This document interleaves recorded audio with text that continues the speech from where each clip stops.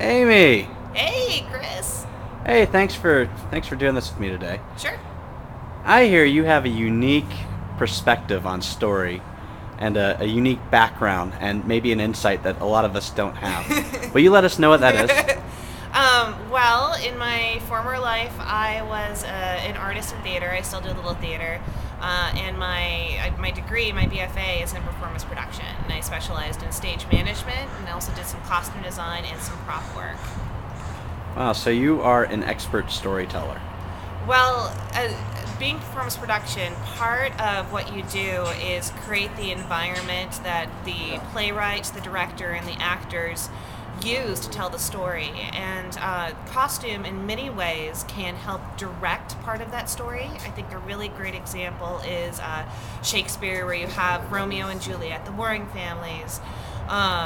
Putting them in different colors or different styles, helping the audience keep everybody straight, who's going where, using costume in foreshadowing is really sort of important and valuable in helping drive that story along. Using set pieces is another great way in the design of the set, and the design of the props, and the production as a total. Making that environment really conducive to giving the mood, giving the atmosphere, giving the feeling that you want the story to tell. And lots of times putting, for instance, Shakespeare is a great example, great use of this. You can put a spin on a play like Shakespeare by setting it in different time periods. I designed Macbeth set in the Civil War. I saw a really great production of Much Ado About Nothing that was set in Louisiana in like the turn of the century. It was really very cool, very bayou sort of Cajun flavor to it. So being able to facilitate the story and help direct the story and help set the story up in the mind of the audience is really sort of valuable in getting to the end of the play. So with these period pieces, and the way you time them, and maybe put your own spin on them, do they have a message? They absolutely do. The piece that I like to talk about the most, sort of when I'm talking about a period piece, is the Macbeth that we set in the Civil War, and the way we handled the witches. We made the decision that the witches were the pieces driving the story. Those characters were putting people where they wanted to put them, how they wanted to put them there to create a result that they wanted. And we decided that these witches were the ghosts of slaves.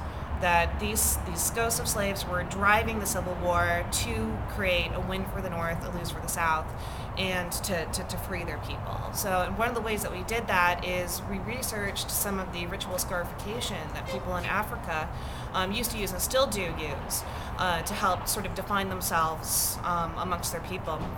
And went ahead and did these ritual scarifications and makeup on the faces of the actors. So when they were the witches, they were almost completely nude, with ritual scarification all over their body and all over their faces. And then we incorporated these cast members with this makeup into just little bit pieces like the messengers and the serving people, and they were dressed appropriately for their roles in the Civil War. But the audience could still see that these were the witches. These were the witches behaving as the servants, tricking the cast of Macbeth into doing their bidding to create the win for the North. Well, that's pretty powerful. Thanks. So, what do you think the importance for story holds for our future? I think story tells us where we've been. I think it tells us where we want to go. I think it gives us sort of a creative platform to stand on that we can build upon. If you thought, that the Scarlet Letter, for instance, was great in the way that it really talked about not only the Salem witch trials but the McCarthy era.